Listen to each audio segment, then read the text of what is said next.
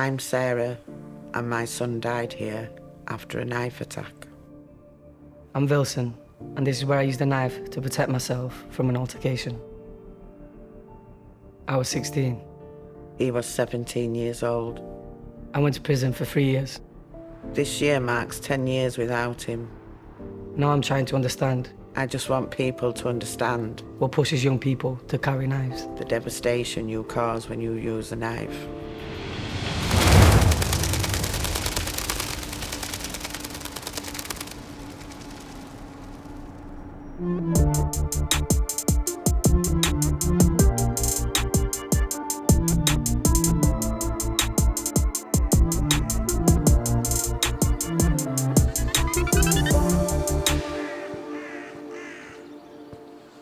I tell you what I need somebody who can clean stone.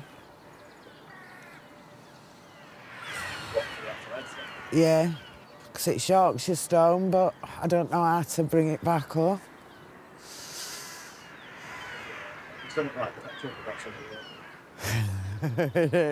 I'll get a fucking sandblaster on it. Innit, sausage? Kieran were a character, he were larger than life, he were like a whirlwind. No matter how mad you were with him, if you started laughing, you'd end up laughing with him because he were kind of contagious. Like, he'd come in and I'd be on the stairs, for instance, and he'd see it in his face he were going to do something, and he'd run at me and he'd pick me up and he'd throw me over his shoulder and he'd rugby tackle me. Big bear hugs, he'd just squeeze me till I couldn't breathe, he'd just... mental. That was the picture that we had on his coffin.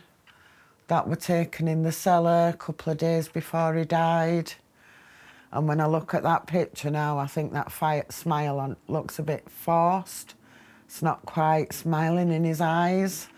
Maybe it looks like he's got weight up world on his shoulders, but he never said a thing, kept it all to himself. Kieran had severe challenging behaviour, messing about on streets, fighting, carrying on, kind of drew the attention of older men who thought they could use him to sell drugs and other things. I tried talking to Kieran, I tried talking to his youth workers, I tried talking to the people around him. Nobody were listening. Things just got worse and worse till February 12, 2013, when he was 17 years old. I were on a computer course for work through Job Centre. While I were on this computer course, he's gone over the road for his breakfast with a friend, and he never came home. A man dragged him out at a cafe that were known to Kieran. Kieran's tried to run home. He's fell on the grass. This man's jumped on top of him, stabbed him, twice through his shoulder, twice through his back, turned him over and stabbed him straight through his heart. Kieran's got up and walked over the road and fell at the bottom of the street where we lived.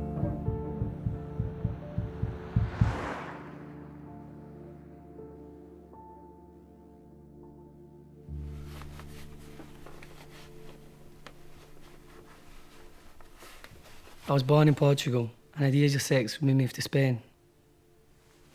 I grew up pretty well. My family wasn't wealthy, but we was a happy family. In 2008, my mum got diagnosed with cancer, and by 2010, I'd lost her. She was like my main source of mentorship. Fortunately, at that moment in time, I was a professional gymnast, and I had a coach to mentor me through my grieving and a purpose. However, when I was 12, we had to move to the UK for financial reasons. I'd already lost my mother, and I'd lost my purpose and my sense of guidance, and that just led me into a straight path. He just pushed me to go out and try to find that somewhere else. And obviously at this age I started to see poverty and understanding what poverty actually is. And you kind of like, I have to do something about this. After obviously losing my mum, the risks that came with living that life, they really didn't bother me at all. It was like, right, well, I've got to feed my family. They want drugs, I can get them drugs.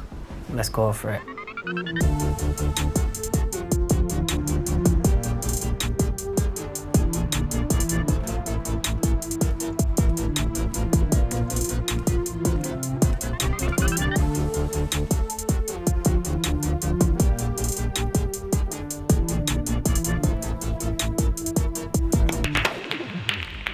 To me, when I was a teenager and in that life, love was a balaclava and a gun. Someone who was willing to kill for me. Yeah. Someone who's willing to throw their whole life away for them 3 letters, that RCG, that... When you think of it, when I look back now, I look and think, Silly. my brain was mush. We were willing to kill people over RCG. The brainwashing, nowadays it's called grooming. Yeah. How I did it was, I don't know, say his name's Jordan. Yeah, what you saying, Jordan? Do you want to go shop for me? Yeah. I know his situation. His mum's single, mum, 3 kids, you know, she's trying her best, but she ain't got. So I give him a 20 quid. Get a few Ribenas for the man, them. Keep the change. change. It's Yeah, like 12 yeah, quid. yeah. He's buzzing. He's never had 12 quid. So then it's the next day, yo, do you want to come for a little ride? You see his face, he's like, wow, Matthew likes me, Matthew's looking after me. Then he's going to sell a bit of weed for me. I'm going to let him keep the money. Then I'm going to let him move drugs for me. Then I'm going to give him a gun to hold. Then he's going to be so happy, I'm going to turn him against his parents where your mum's calling you at 9 o'clock, I've did it before. Now, don't go in. Your mum's just hating because you're making more money, you're on road with us, you'll forget your mum. Next thing is a full-fledged gang member. It does get me fuming a little bit because I believed every lie they told me, not because they were true, because I knew they weren't. But I forced myself to believe it because if I start questioning things like that, then I have to question everything. So our first question is, what are your views on knife crime in your local area? I think they're influenced by like other people to carry knives because like they want to be the same as their peers and people look up to. I also think that maybe they use it because they find it easier than transport. It was like a sense of security, you know, like you've got a knife when you know, like you feel like you're safe, like you can't really be harmed in it. People see the people do it and think, oh, that's really cool, and it becomes like a big thing that people want to do, I think. Many people don't like have the education or what else to do when you're in that situation, so it's like use this option. So I've been doing this for nearly 10 years now, since my son was murdered. And first audience I had were with young offenders who'd been convicted of carrying knives in like groups of 14 to 15, and I'd confront them with what they'd done by sharing my story. The basis that came out from them young lads was it's a dog-eat-dog world and they'd rather kill than be killed, and that's how they see life on the streets these days, that if you're not prepared to take somebody's life, then somebody's going to take yours.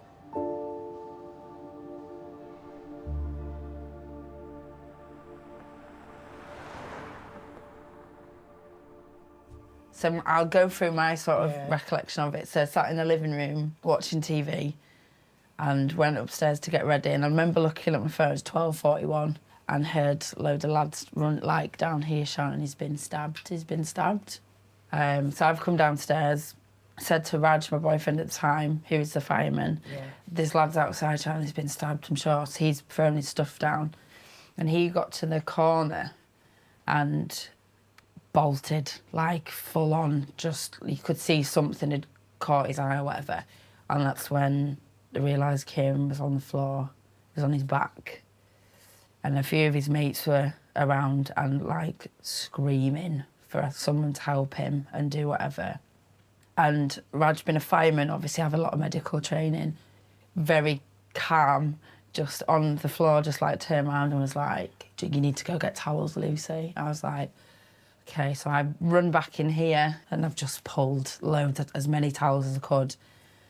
I ran back out and there was a woman, I think, that lived maybe on the corner or a house in. She brought scissors out to cut, because Raddy said he cut his T-shirt up. And that's when I realised he'd been stabbed through the heart. And he did put his hand in to stop with a towel to stop as much bleeding as he could. I can still see it now, it's horrible for me to say, but walking backwards away from it and his legs jumping with every compression. And that's when they say your legs go to jelly. That's the one and only time it's ever happened. My legs just went, and then the ambulance got him in and obviously were off. So then obviously we both got taken in separate cars to the police station, and I got into the interview room and I was like, is he okay? And they were just like, really sorry he died. I just can't believe he went and told till like 4 in the afternoon. Last time I'd seen him, we're walking out of the house, going to go on that course, and see you later, love you, as we always did, and we still do to this day. Yeah. Even when me and kids are arguing. Yeah. And we can't always. stand sight of each other as they're going out at door, we shout, love you. Yeah, absolutely. Because we never know whether we're going to get to see it again. It's took over his lives. His lives are never going to be the same. I just can't help wondering what kind of man he'd have turned out to be if he'd been given a chance. Somebody took him away.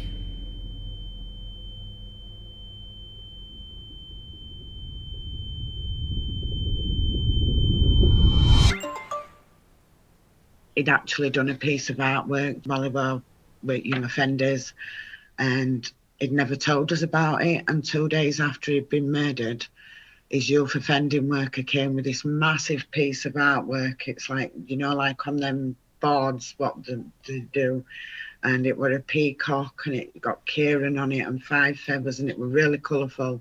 And he'd never even told us, but they'd pulled it out the art museum in town. It had been up there on display for 18 months, and he'd never even shared this with us. So he surprised us from beyond the grave.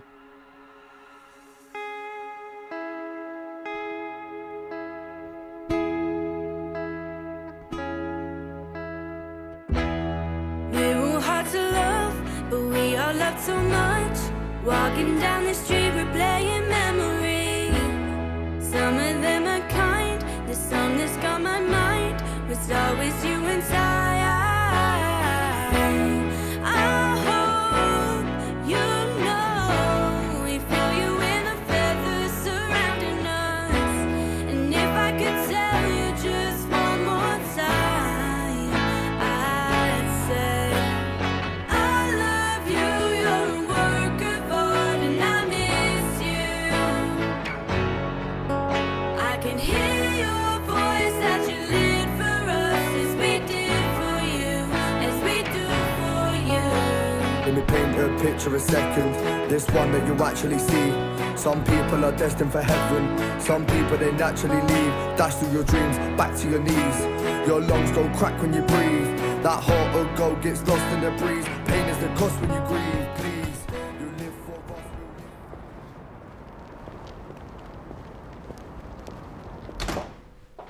us. I think to get young people to talk and encourage them to talk starts with people like yourself and even myself that are credible sources of experience, and we become that voice of reason. It all comes back. It might not necessarily be music for some people, but finding an appropriate outlet, you know. For me, it is music now, and you know, some people, it could be martial arts, it could be, you know, painting, it could be running, it could be lifting weights, it could be anything, but the decision is ultimately on you. If you don't go and do it, someone else will.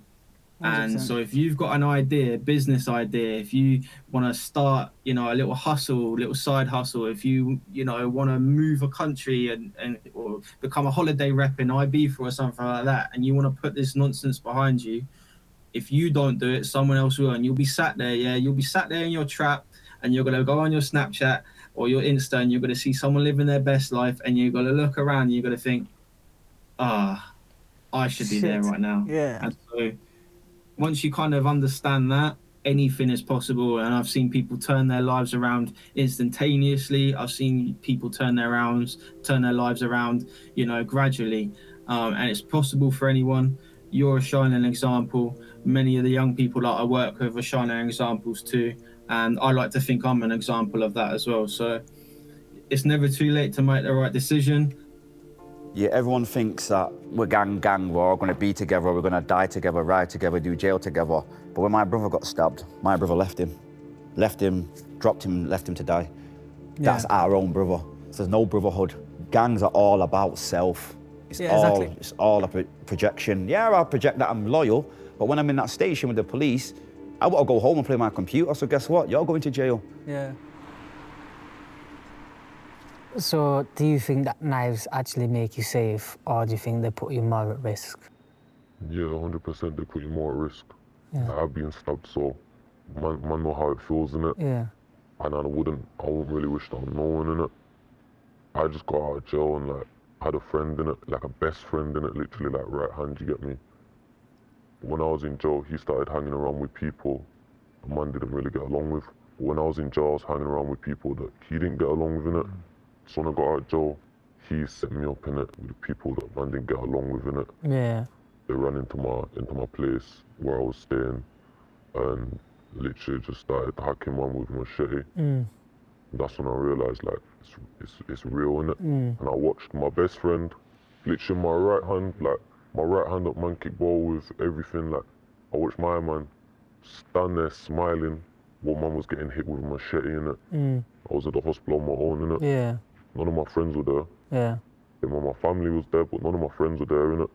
So you got to see it like that as well in it. When things like that happen in it, not everyone's gonna be there for you. Yeah. I was jumping on the streets because I was an angry kid. Yeah, for real. I was just an angry kid, you know what I mean? Like, my mum was always in court with me. I'm talking when I was like 14, 15, innit? Yeah. You know what I'm saying? I was on tag when I was like 15, so That's it. I was just a naughty kid. Like, loads of these kids, innit? They'll do something on road, innit? Do you know what I'm saying? Bro, I can promise you when they go home, innit, they're thinking about that night, thinking, right, like, why did I do this? I used to do it all the time. Come on, bro. Like, do you know what I'm saying? Like, I know most of these people that are bad mans and that. But, like, when you go home, I know you're regretting certain things, innit? I know loads of people, so you just put on like a facade for other people you get, do you know what I mean? I feel like that's what it is as well, innit? But you see how I see it, like, anyone that can leave the road, that's what I call a bad man, innit? Do you know what I'm saying? It's just about putting your mind to it and just, like you said, stepping out that bubble, innit? But if you never step out that bubble, You'll never know. You'll never know, innit? I still remember carrying my first knife. Every time I left the house, it was kind of like, check for my phone, I'd check for my wallet, I'd check for my keys, and then I'd check for my knife, make sure I had everything. And my knife was kind of like an essential of me stepping out of my house. Or I left the phone in a taxi, a speed line taxi. And after I collected it and I started walking up the road on Cherry Road, I just heard an altercation behind me. So I turned around, it was one of my friends, he was just having a bit of an argument. But the gentleman that my friend had an altercation with, he was a local man. And next thing I know, there's a 4x4 right by the side of me that pulled over and some men jumped out. My first thoughts were, they want to harm us and I need to protect myself and I need to protect all my friends that are with me. And I remember they jumped out with improvised weapons like crowbars and whatever they could find in their car. And I remember one of them swung it around to hit my head and I put my arm on, clipped my forearm. I lost all sense of control from there, I think, and I produced my knife, which I used to carry on a daily basis. And I just swung and I just thought, if one of us is going down, it's going to be you, not me. And in between me swinging my knife, kind of blindlessly, I caught someone on the back of his shoulder. After that, we kind of just ran up the road and I pretended to tie my shoelace. I threw my knife down the drain, got home, burnt all my clothes and whatnot. And I thought that was the end of the story. Only 2 or 3 days later, I got my door kicked in and I got arrested. I served 3 years in prison, but whilst I was inside, the Home Office approached me. They said they was going to deport me. The whole reason I joined the streets in the first place was to provide for my family. That's when I knew I had to change my life around.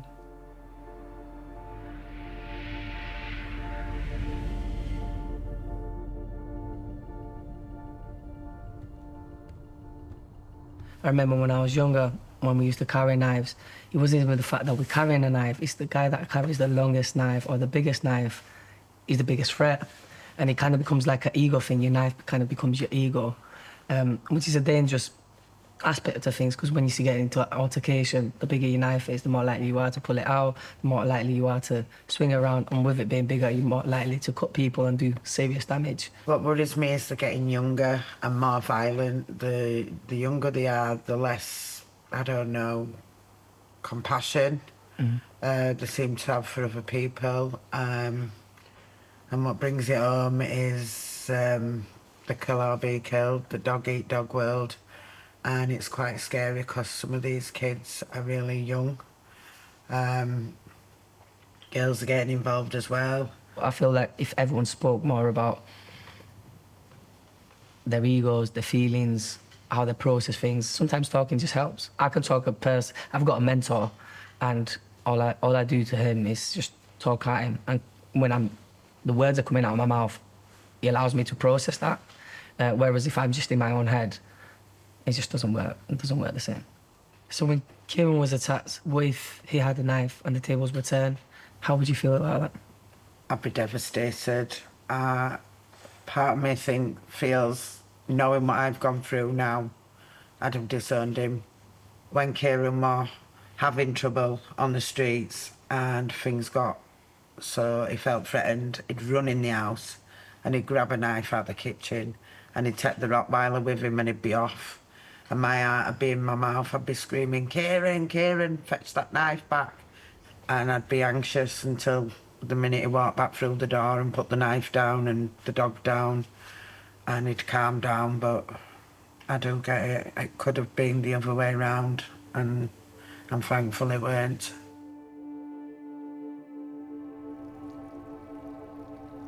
I know that I only got out of prison about 3 years ago.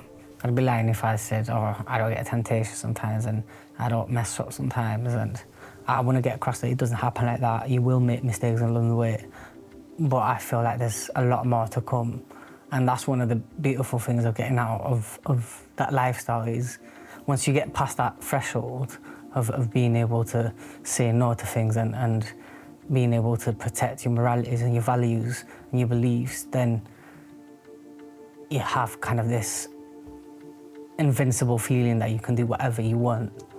Once you direct that focus towards you, the 360 is immense.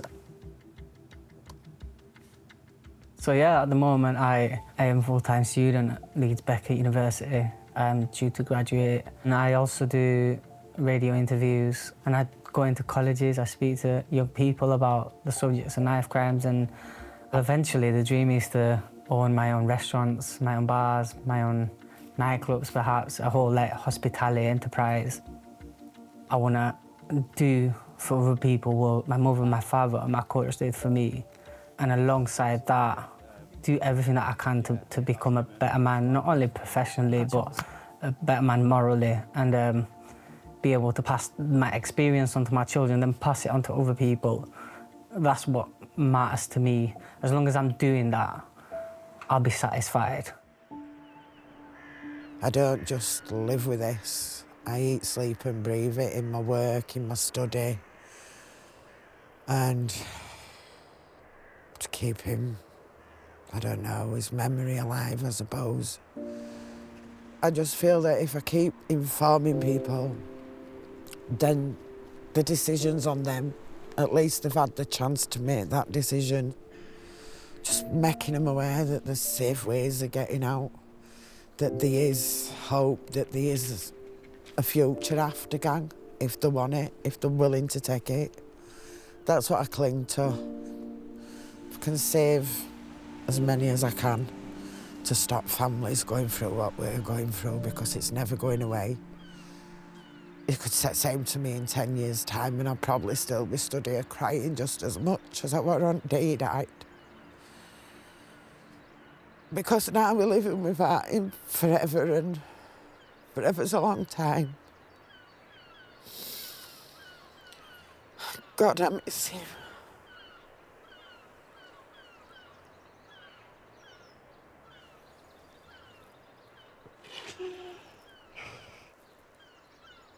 You kill people's lives, you kill people's stories. You don't just take away the person, you take away the sunshine, you take away the heart. Mine's never healed. I don't think it ever will. I invested everything I had, my whole heart, my whole life in my family. And somebody broke it. And it's like, no matter what I do or how I try to be happy, I struggle. I mean, I've got a lot going for me. I've just done my undergrad, I'm doing my masters, I want to do a PhD. I've just won a scholarship at university for my business. And I should be really, really happy and excited. And I am for that tiny, tiny second. And then reality kicks in and it's gone. in the scheme of things, it means nothing because I can't enjoy it. Happy birthday, big lad. Everyone misses you and always thinking about you. Not a day goes by. Love you lots, Tara. Tapping, bro. You good up there, my lad. Miss you every day. Enough love. Duff hearing my lass. Everyone said it would get easier. What a load of bullshit still plays on my mind. What if? I hope you're partying up there and watching down on us, keeping us all safe and sound. Think about you every day still. Hard not to with all your pics round house and in my phone. Every time I tell this story, I relive it. I'm going back in my own head and visualising everything I'm talking about again. So when I'm talking about standing in a room with purple curtains and windows opening and seeing my son's face staring at me with blood round his mouth and tubes out it, I'm not just saying it there and then, I'm seeing it again in my head. Put down the knife, walk out without it. If you think you're a big man, put your knife down.